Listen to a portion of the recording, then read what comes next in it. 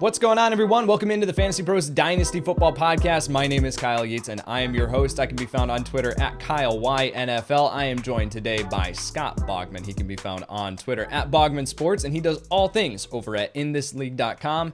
Boggs, how we doing today, man? I'm doing great, man. Ready to talk some wide receivers. This is going to be a fun one. Absolutely. Before we get into that, though, I got to just ask, we are now into the fantasy playoffs. How did you do? I think you're in 10,000 leagues. So, how did you do in the majority of your leagues? You make the playoffs? You looking good? Where are we at? Yeah, I made about 50%. My biggest disappointment was my guillotine league. I got cut in the final four. So, I made it down to the final four, but now they are down to the final two after this week. So, we'll have a champion for that after this week. But, yeah, I'm a little weirded out that this is the first playoff week, right? Because we have the extra week and all that stuff. But I made it in about 50%. So we're pulling at a pretty good ratio, especially with all the injuries this year. That 50%, that's a good mark there. Actually, I have yet to do a guillotine league, and my best friend, who was the best man at my wedding, he's like, guillotine leagues are the most fun that I have ever had playing fantasy football. Joe, talks nonstop. And so anyway, he just talks nonstop about his guillotine leagues, all he's in. So Dynasty comes first for me. Guillotine, I might have to check that out. Guillotine's fun, man. You because you're nervous every week. You could be the guy getting axed every single week. So it adds just a little layer. As if you needed more layers, but exactly, as if you needed more. Right, it adds a little layer. I can tell you, dude. It's the first one I check every Sunday. Would be guillotine. Is this the week? Am I gone? But I had Jonathan Taylor for a big chunk of the year, so I lost in his bye week, of course. Oh, of course. Yep. Oh, that's so frustrating. All right. Well, hey, let's get into the Dynasty discussion here today. We are continuing the series looking at the upcoming 2022 free agents. We did the running backs this past week with Marvin Eloquin. That was a fantastic conversation, and now we are turning to the wide receivers. And as we look at that running back class, it was you had a couple of names here that were pretty interesting. Some were most likely going to land back in the situations that they are this year. This wide receiver class, man, is really interesting with some very high-profile names. So I am excited to just dive right into this discussion. We got to get to it because there is a lot to unpack. So let's start it off here. And I told you, high-profile names, some big names. Let's kick it off here with probably the guy who has been the most dominant wide receiver in fantasy football over the past several years. That's Davante Adams. We have Davante Adams potentially moving on here from Green Bay. So the way that we are going to do this exercise, just like we did last week, is saying what are the dream scenarios? What are the landing spots here that would land to the best fantasy football outcome for them, and also keeping it realistic too, right? We're going to say if we put a player to Tampa Bay as a wide receiver, we're not going to put all the wide receivers to Tampa Bay, right? So let's kind of play this out here. They can't all go to Kansas City? They can't all go to Kansas City, so let's play this out here, man. Let's go Davante Adams. Where are you looking at him landing next year that would be really, really good from a fantasy perspective? Well, he's Fresno State kid, and I think he would want to go back to the West Coast if he's not going to play with Aaron Rodgers. So if that is the scenario, I would have him going to Las Vegas. He's got the connection with Carr. The Raiders have got to get another wide receiver. They can save those picks for the offensive line and for the defensive side here too. They have some money to spend, and I think with Adams and Waller in that same offense with, Derek Carr's not the best quarterback, but he is more than good enough, I think. You give him a weapon like his old buddy from Fresno State and Davante Adams, and now that offense is clicking and actually able to keep up and keep pace with the Chargers and the Chiefs here. So I think that would be a pretty good spot for him.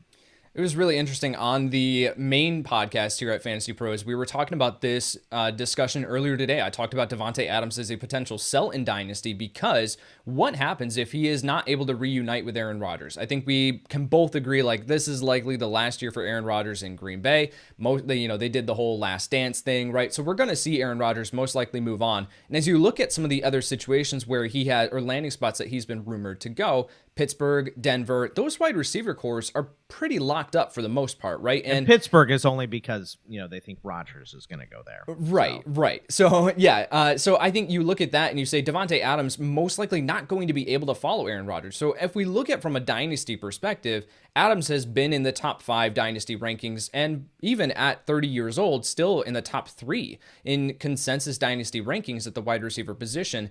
Is there anywhere else that he could go this year that would allow him to stay in that territory? Or really is this situation here in Las Vegas the one where we can say, because of his familiarity with Derek Carr, he drops down to top 5 still, or top 8? Like, where do we view him in the dynasty rankings if he were to land here in Las Vegas?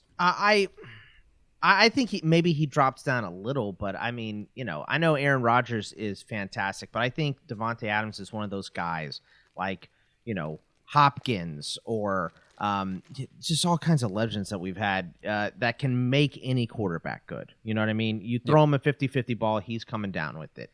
He's wide open because of his route breaks, not because he's getting thrown open. It just works better with, obviously it's going to work better with Aaron Rodgers, Patrick Mahomes, somebody like that, but they have a connection. They're still friends to this day. So I think that will make, for a great combo. And I would not lower his value in Dynasty a lot at all if he moved to the Raiders. Yep. All right. So for me, I'm going to look at a situation here where there is plenty of cap space. They do need to continue to build around Tua Tagovailoa with their receiving weapons. I'm going to go with Miami here. And we look at Davante Adams as someone who can dominate out of the slot. And that's kind of where Jalen Waddle has been making his living here. But I do think that Davante Adams, Jalen Waddle, they bring position versatility, right? They're able to line up outside. They're able to move. You have chess pieces here with both of these guys. And if you are Miami and you are committed to making it work with Tua Tagovailoa, and over the past several games, we've seen nothing to indicate that they should move away from Tua. He's been great. He's able to execute the offense extremely well, but you still need, with this style of quarterback, you still need to surround him with playmakers, with solid receiving weapons. So if you have the cap space, a lot of that should go to the offensive line, don't get me wrong, but you do still have the money to be able to offer a significant portion to Davante Adams here to lure him to Miami. And of course, like luring to Miami, like I will go to Miami in a heartbeat, right? So Davante Adams here, I think that if I'm going to flip the conversation and flip the question that I asked you as far as how far would he drop in dynasty rankings, I only think that he would drop to maybe one of these like top 8 guys in dynasty wide receiver rankings. Still a top 10 option for me because I'm playing dynasty in the window of 2 to 3 years. I think that he's going to be able to soak up targets, and Jalen Waddle. I think they're both going to be fantastic fantasy assets if this were to play out this way. Let's move on here. Another, again, I teased it at the top, guys, high profile class. Chris Godwin. Chris Godwin here, 26 years old, been in Tampa Bay with the Jameis Winston experience, and then has just been one of the most consistent fantasy wide receivers with Tom Brady. If we are looking at the situation here in Tampa Bay, saying that they're unlikely to be able to afford to bring Godwin back, who's playing this year on the franchise tag, where do you have him going that would be a fantastic landing spot? I mean, I don't know how fantastic it would be, but I do think that Heineke is good enough. So I got him going to Washington. They have the 4th most cap space here. They need someone else to open up the passing game for Terry and the running backs, and he can drop into the slot for them and work perfectly. I know they have Curtis Samuel, but Curtis Samuel's been beat up and just hasn't really worked out. They can find another role for him anyway. But I love Godwin, thinking of Godwin with McLaurin and getting T-Mac those one-on-ones and having, when he gets doubled, we're going to Chris Godwin. I think that would be a great combo, and it can open up things for Antonio Gibson underneath, J.D. McKissick underneath. So I think it's a really good fit for that offense. That's suddenly a really, really interesting offensive grouping, right? If you're able, either Taylor Heineke, or if they move on to a different quarterback, they bring in a free agent, whatever that looks like, then suddenly you have Terry McLaurin, Logan Thomas, Chris Godwin. You've still got Curtis Samuel, who can be in that gadget type role, whatever the case may be. That's suddenly a really interesting receiving core there. And Godwin, I don't think that Godwin has been completely dependent upon his quarterbacks. He's been able to play with guys who have led to a ton of great fantasy success, right? With Jameis Winston and Tom Brady, of course. But Godwin is one of the premier route runners in the NFL, one of the premier wide receivers. Absolutely love what he brings to the table. So Godwin ending up really wherever, I still think he's going to be a very, very solid and consistent fantasy option. For me, I'm going to say one of the other guys that we were talking about later on in this wide receiver class is going to move on from this destination, and I'm going to drop Chris Godwin here into Chicago. And this is not just because I'm a Bears fan and would love to see it, because I do love Chris Godwin. We're looking at this Bears team this next year. We're going to see a new head coach in. We're going to see Allen Robinson most likely move on from Chicago. Chicago. And if that is the case, then you got to build around Justin Fields. Darnell Mooney is not your wide receiver one. He can't be. So looking at Chris Godwin, I think is one of those guys where you can look at your rookie quarterback and you can say, how can we learn from what the Bears did with Mitch Trubisky, not completely surrounding him with everything he needs? Let's make sure that we remedy that here with Justin Fields and getting him a sure-handed receiver like Chris Godwin, who is always going to be open. Absolutely love that fit. I think Godwin would remain as a top 12 dynasty wide receiver if that landing spot plays out here in Chicago. I don't think that we should be scared off of what we've seen with Allen Robinson here in Chicago and translate that over to Chris Godwin. Another guy who 4 years ago was the wide receiver one in Dynasty. One of these guys that we thought was just going to be a lock for this top position for the next several years, potentially even decade. That completely fell off. That's Juju Smith-Schuster. And Juju Smith-Schuster most likely going to be moving on here from Pittsburgh this year. Obviously not living up to really the expectations, even last year and then into this year before he got injured. Had the opportunity to sign with Kansas City or Baltimore, chose to stay in Pittsburgh. Seems like that was the wrong choice for Juju. But where can we look at him as he tries to restart his career, 26 years old? Where can he land next year that would be favorable? First of all, I would love him to stay in Pittsburgh. I love Juju. So I know that he's a little bit of a head case and everything, but I will always love him for laying out Vontaze Burfict. But with that being said, I think he wants to go somewhere and be a number one. I think that was a big thing with him and Antonio Brown and all of the back and forth as far as those guys go. But I put him in Houston here, and they need all kinds of help, right? And their early picks need to be on the BPA, the best available player. So a likely defensive line for this Houston team for sure. But they have enough cap space to pay Juju, and he gets to be a number one. And look, I know Davis Mills probably isn't the long-term answer, but he's probably the answer for the next 2 years. So we just saw him throw for 300 yards. He's getting a little more comfortable in this offense. And you drop in a guy like Juju who's versatile. You have Cooks on the outside. You can have Juju in the slot. I think that this could be a pretty good landing spot for him, and he gets to prove that he's a number one or not a number one. Either way it works out, he's going to earn it. So I think it would be a good landing spot for him. That's a situation where we could look at him potentially restarting his career and being able to just see so many targets, right? We've talked about Brandon Cooks, and you didn't even mention Nico Collins, right, as a guy who has started to emerge. So you have Nico Collins, you have Brandon Cooks, you have Juju Smith-Schuster out of the slot. That's Brevin Jordan's going to get some run Brevin Jordan here. starting to find his own here in Houston. So I do think that that's suddenly a decent receiving core here for Davis Mills, and Juju would be someone where we could look at and say he's not competing for targets in Pittsburgh the same way, in Houston that he would be there. So for me, I'm going to go with New England, and this is a situation where we look at Juju as the slot receiver. I have Jacoby Myers, who we will talk about, moving on from New England. So in that instance where we can look at Juju Smith-Schuster being plugged in as the slot receiver here, I don't know. I think Houston makes a ton of sense as far as target volume, but as far as like his opportunity, I think New England might be the best. Now he has to compete with a ton of other receiving options in this offense. We've seen Mac Jones just spread the ball around, going to whoever is open, right? And so I think with Juju stepping in as that slot receiver, the Jacoby Myers replacement, we've seen that Jacoby Myers has been a at least reliable and steady receiving option if Mac Jones continues to grow and develop the way that many anticipate. Then we could see Juju Smith-Schuster start to crack his way back into the top 36 wide receivers. So someone there, an interesting spot for Juju Smith-Schuster landing in New England and Houston, respectively here. Let's move on to a guy who we thought was going to just be a bona fide wide receiver one for the remainder of the year after what he did to start this campaign. There was a ton of talk in the offseason about Mike Williams is the X receiver in this offense. Targets find the X receiver. And then we've seen Mike Williams kind of revert to being this up and down receiving option here for fantasy at least, but he still has the big play potential. Mike Williams, where do you have him ending up?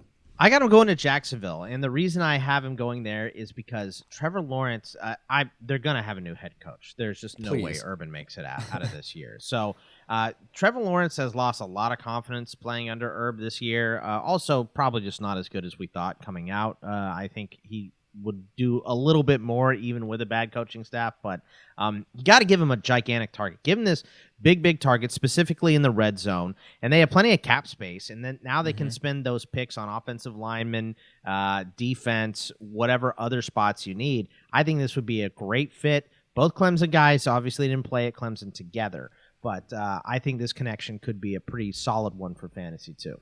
Hey, you look at being able to surround Trevor Lawrence with players that are able to make those contested catches. He doesn't have to always have these receivers being open everywhere. And so if you have Marvin Jones, who I think is still under contract for next year in Jacksonville, and then you got Laviska Shenault operating underneath. Most likely, if Urban's back, then you got Jamal Agnew and Tavon Austin. No way. Still There's being just key, no way. key points of the offense. Can't happen, but you never know with the NFL. So being able to add in Mike Williams there as that big contested catch guy, I think that makes a ton of sense for Mike Williams, but then also for Trevor Lawrence's development specifically. So for me, I'm going to go with Detroit. You look at the Lions here. You got Amon-Ra St. Brown is really the only guy in this receiving core that I can say is going to have a role next year. Now, Josh Reynolds has maybe played his way into a starting role in 2022 in Detroit, but they need the big-time playmakers. If it's Jared Goff, it's whatever other quarterback that they roll with in 2022, they need to surround him with solid receiving weapons. You can't go into next year with Tyrell Williams and Amon-Ra St. Brown, as your main two guys.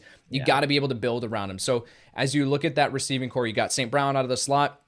I think he's going to be great. He's a dynasty buy for me. I want to go get my hands on Amon-Ra St. Brown in dynasty leagues. But then you look at Mike Williams as the guy who can be the wide receiver one, that big X receiver in this offense. I think that makes a ton of sense for Detroit and for his fantasy stock moving forward. Let's move on to another Mike. We are going to go with a guy who I have been saying we got to get him. We got to buy low. We got to get him on our dynasty rosters because of what he could be walking into this next offseason. And we've seen it where the flashes are there, where he is going to get paid this offseason. I absolutely believe it. Michael Gallup, the wide receiver for the Dallas Cowboys, operating behind CeeDee Lamb, Amari Cooper. Now I think that he is going to be walking into a wide receiver one role somewhere. Let's go with Michael Gallup. Where do you have him ending up? I have him where you just put Mike Williams in Detroit. I think that's a good landing spot for any of these free agents because they can go in and just immediately be the number one. And like you mentioned, all the stuff you said about Mike Williams is the same for Michael Gallup.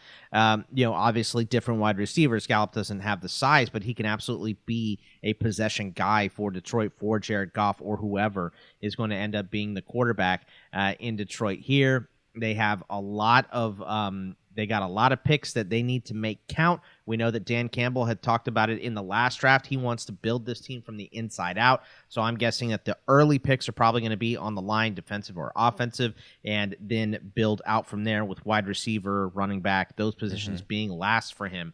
So I don't think this is going to be a big year for them to spend capital on wide receiver, even though it is a spot of desperation for them. But cornerback, safety, linebacker, lots of the defensive line, the O-line that's not Penei Sewell. They got a lot of needs on this team, so they can spend those those draft picks on a good offensive line, defensive line class coming out, and have one of these wide receivers. I think they'll buy one. I don't know if it's going to be Williams. I don't know if it's going to be Gallup, but I do think they are going to spend some money on a wideout this year. Yeah, and that situation, again, the target volume, it's kind of with Houston. Like the quarterback play and what happens with the quarterback is going to depend on where exactly we rank these guys from a dynasty perspective, but the target volume is absolutely going to be there. And we know that both Mike Williams and Michael Gallup are certainly talented. For me, I'm going to go with Atlanta here for Michael Gallup. Now, the Falcons don't necessarily have a ton of cap space, but there are ways to clear that up. I think as we look at Calvin Ridley, I think he's coming back, but that's not a guarantee. And even if Calvin Ridley does come back, we have another opportunity here for the starting wide receiver opposite of Ridley to be able to step up. Now, they move Kyle Pitts all around the formation. They want him to be that big wide receiver, that big slot tight end, right? But you got Russell Gage here who has started to come on. You still need another guy in this offense, even if Ridley does return in 2022. So Michael Gallup ending up in Atlanta. I think Matt Ryan still has some in the tank, and I still think that he is one of these guys as a quarterback that is dependent upon who he has to throw to, right? And I think that that's what we have seen where he's not going to be able to create a ton on his own, but if he has dynamic playmakers, then he can be reliable. And so with Michael Gallup, then you got Calvin Ridley, you got Kyle Pitts. I think this benefits everyone across the board in Atlanta. Suddenly, that is a very solid receiving core for the Falcons there. And I think Michael Gallup would be a top 30 dynasty wide receiver in that landing spot. Let's go to DJ Chark here, someone who I think only has 7 receptions on the year, didn't play a ton, got injured, so probably not going to be walking into a big long-term contract, but we know that he has the speed. We know he can be a deep downfield threat. So assuming that he moves on from Jacksonville, where do you have him landing? I got him in Chicago. I think the Bears need a possible number one. I think he will be affordable. They're looking with, I think, about $30 million to spend in the offseason, which puts them, I think, in the top 2/3 of the league, but just not a ton of money. But he's going to be affordable, like you said, coming off the ankle surgery. Mooney and Grant are the only wide receivers on the roster for 2022 as of this second. So they could sign Chark and draft someone, and it's a deep class. So I think that Chark can come in and be your veteran guy. You can have Mooney also, and then get somebody else, an outside, a slot, whatever, maybe spend on a tight end at some point here, even though I do like Cole Kmet. But I think that, this is a team that needs weapons for Fields, and if they can't afford a guy like Godwin, who you had earlier, I think Chark could be a nice secondary option. Yeah, that's something, too, to take into account as we look at this and balancing out the realistic aspect of it versus just saying, like, these are the dream scenarios where Chicago, if they are not able to afford that main top-tier option, then the second tier here, there's still some really, really interesting names that we're talking about. DJ Chark, I alluded to it, where deep downfield threat, speed for days, right? Running a 4.3 40-yard dash off the top of my head coming out of LSU. So DJ Chark is one of these guys that I look at and say, where's the role? Where's the best role that he can end up? Chicago is certainly an interesting landing spot. I'm going to go with a vacated role here in Las Vegas and stepping into that Henry Ruggs role that was proving to be so crucial for this offense. Deshaun Jackson has stepped in and has done okay with filling that role, but we've seen that this offense is not the same without a consistent deep downfield threat to be able to open things up underneath. So assuming you think he'll get more than 4 targets a game? That's the question. He's still going to be one of these guys that's a flex option, but as we look at DJ Chark, it's like, where is he going to land where he's really going to be like a locked-in wide receiver one? There are very few situations. Yeah, so we look at the role here, and Henry Ruggs was proving that role can have value. So I think DJ Chark is one of these guys that I look at and say the Raiders are an interesting landing spot to keep an eye on. Assuming they don't go after a Davante Adams, which I don't have them doing in this situation, then DJ Chark and at least filling that deep downfield threat in this offense makes a ton of sense. Let's go on to a guy who from 2020 to 2021 had 3 receiving touchdowns with the Cleveland Browns in his first 3 games with the Los Angeles Rams. He has 3 receiving touchdowns. Odell Beckham Jr. still proving that he has some left in the tank. 30 years old, probably not going to be walking into a long-term contract anywhere, but a lot of people on my timeline were saying that he was washed when he was cut from, the Cleveland Browns, proving that that's not the case. He can still be a reliable receiving option here. So where do you have OBJ going? Well, I want to know where he can go and not be a distraction. So I think the Rams is a good spot. They've got a lot of pieces there, and he's not the main one. Tampa Bay, I think Antonio Brown probably going to be gone from this scenario. Bruce Arians has said multiple times, he's got no more chances, right? And this fake vaccine card, I don't know, is a weird story, man. So let's have him move out and let's have OBJ move in. I think he can go there. Brady will calm him down and get him the ball like he wants. Evans, Johnson, and Darden are the only wide receivers on the roster for next year with, obviously Chris Godwin being gone. So I think that this is a great spot for him. He can be the number 2 behind Evans. Gronk, obviously a great option, and they love going to Lenny now. So I think this would be a perfect fit for him. This is really interesting because you look at OBJ, and in this scenario, we've got Chris Godwin moving on. You've got him going to Washington. I have him going to Chicago, probably pricing his way out of town. OBJ at this point of his career probably not going to command a ton of money, right? So we look at AB thrived in this, right? In this offense, Tom Brady was able to control him, and we know that OBJ wants to play with Tom Brady. So I think that's going to be really interesting here to see as he walks into the number 2 receiving role, and Gronk is no guarantee to be back next year. We could be watching the end of Rob Gronkowski in the NFL. Suddenly that is a very, very relevant fantasy option for the wide receiver 2 role in Tampa Bay. For me, I'm going to cheat a little bit here. I'm going to go with another dynamic offense here. I'm going to put OBJ in Kansas City. This Chiefs offense has been trying to make it work with Tyreek Hill, Travis Kelce, and then trying to piece it together with Byron Pringle and Demarcus Robinson. And let's sign Josh Gordon just for the hell of it. And let's try to make it work. And it hasn't worked this season. It's been rough, right? You've seen Darrell Williams have to take a step forward as a receiving back out of the backfield, and these things just haven't led to the potent Chiefs offense that we've come to know. So as we look at a role here for OBJ in this offense, we've seen Byron Pringle just dominate snaps. We're going to talk about him in a little bit. Like, he's been on the field a ton. They've been trying to rotate through and figure it out.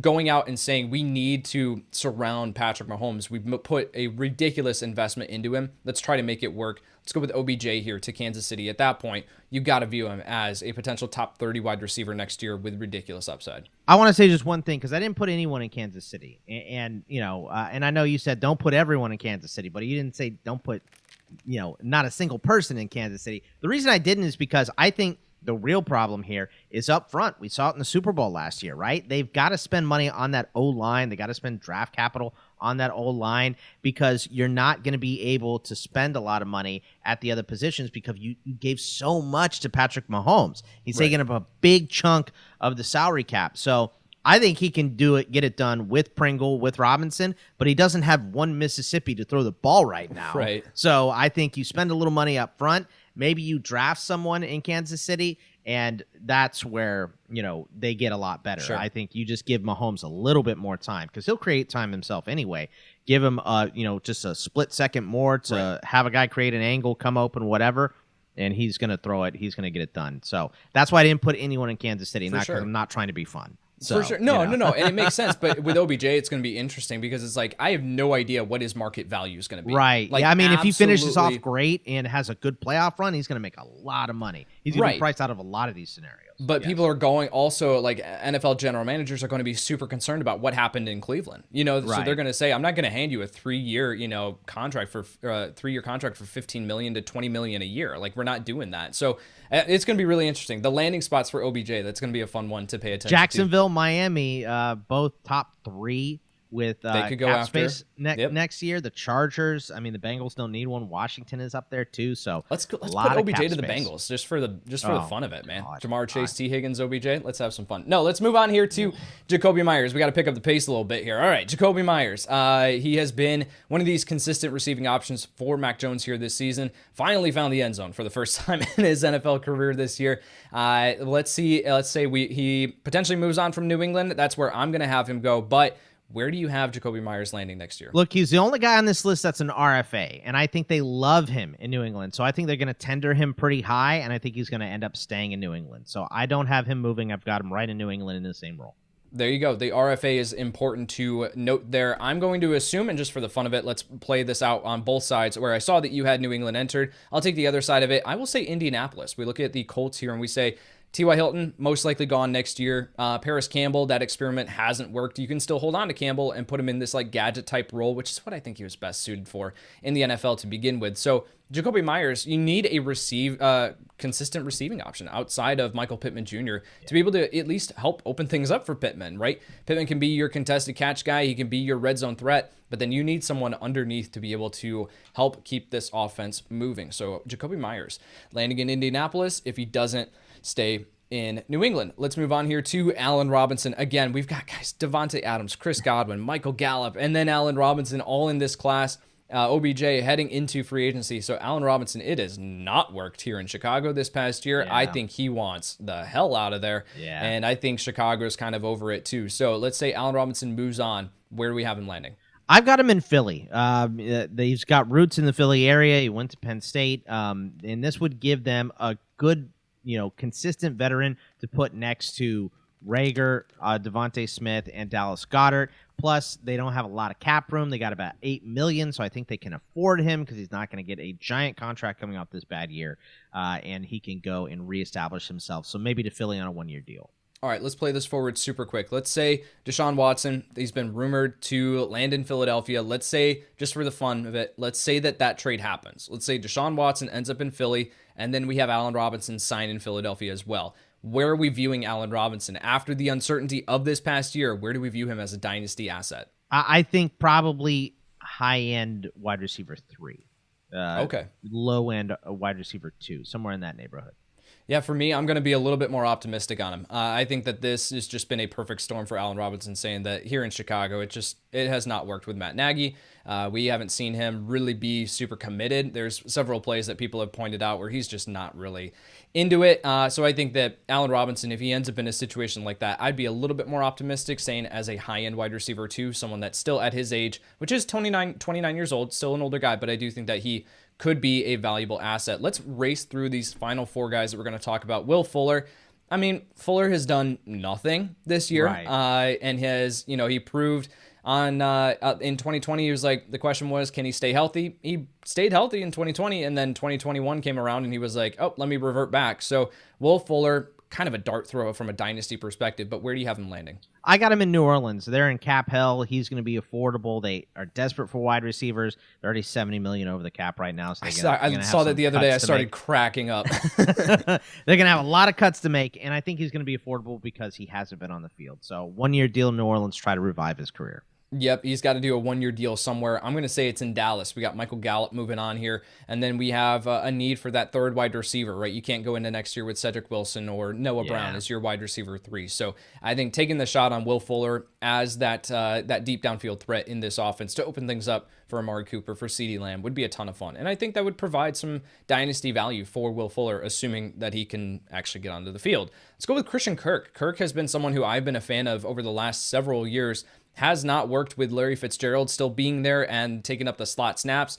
He moved on this past year. We saw Kirk step into that slot role, and he is producing here. So where do we have him landing next year? I got him in a place that needs a slot. I think T.Y. Hilton retires, and I think the Colts are about giving up on Paris Campbell here. So let's put him in Indy, where we got Pittman on the outside. We got Kirk in the slot. I think that's a good spot for him. I love that. I love that fit for Christian Kirk here. If it's not Jacoby Myers, if he does stay in New England, like I talked about with the Colts, then go after Christian Kirk because I love that fit. For me, I'm going to go with Tampa Bay. They need that slot receiver. If it's not OBJ, they have that need with Chris Godwin moving on here. So for Christian Kirk to step in as the slot receiver here, you figure out what's going on the outside with the net, maybe through the draft or whatever the case may be. If you are moving on from Godwin and Antonio Brown. But Christian Kirk in Tampa Bay, we know that, Godwin's been incredibly reliable. That would be a huge boon to Christian Kirk's dynasty value. The final two guys here don't need a ton of explanation, but did want to at least highlight who these guys are heading into free agency. That's Byron Pringle. We talked about him earlier, the Kansas City Chiefs wide receiver. Has shown flashes here or there.